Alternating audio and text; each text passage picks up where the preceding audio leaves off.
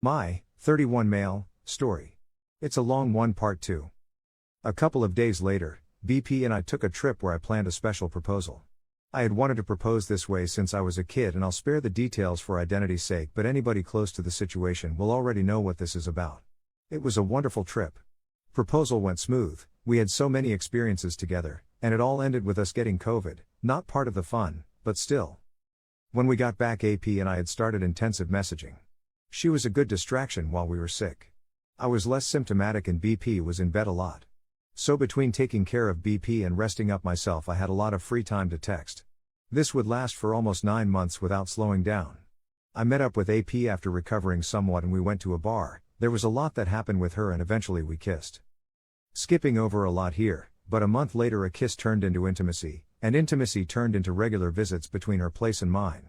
BP traveled for work and sometimes AP really wanted to stay over at our, BP and mine's, home. I absolutely disrespected our sanctuary and not only cheated but completely disrespected anything we built. This would continue for months and months. BP and I became more strained.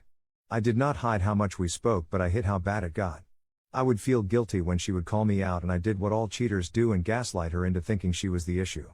I wanted so badly not to feel worse than I did, and honestly I don't even know if I should say that because no human being does that in his guilt.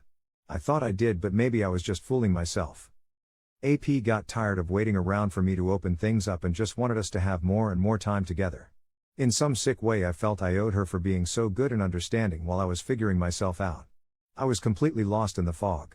AP was going through tough family times and played the sympathy card, and eventually when I started going back on my prescribed medication I was slowly coming out of the fog. It got so bad that at one point I wanted to spend time with my BP before she went away on a work trip, so AP got intoxicated and slept with somebody else. I was so split, and it's like she knew exactly how to pull me right back into the fog. I started to feel sorry for her. AP and I decided that I should tell BP what happened so that it would ease her into understanding us better. So that's what happened. I kept playing the card like AP and I were suffering and BP was being irrational. I gaslit BP and made her feel bad for not accepting this. I told BP I loved her and wanted the best but really wanted to be my own person, and this is who I was. I continued to see AP and told my BP about it, saying that I just wanted closure. We never had intimacy and it was emotional only since October. I wanted to go and get coffees with her. We ended up having intimacy twice in this time. BP and I argued because I still would not stop, and she eventually said she's going to spend a week at a friend's. At this point I was really coming out of the fog, and this was a really huge defining moment. I always wanted a little space to think for myself without arguing, but I was really coming to. I wanted her back so much, and I was tired of being a liar and a cheater.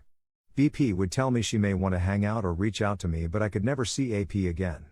I promised I wouldn't accept for one more time for actual closure this time. BP told me no.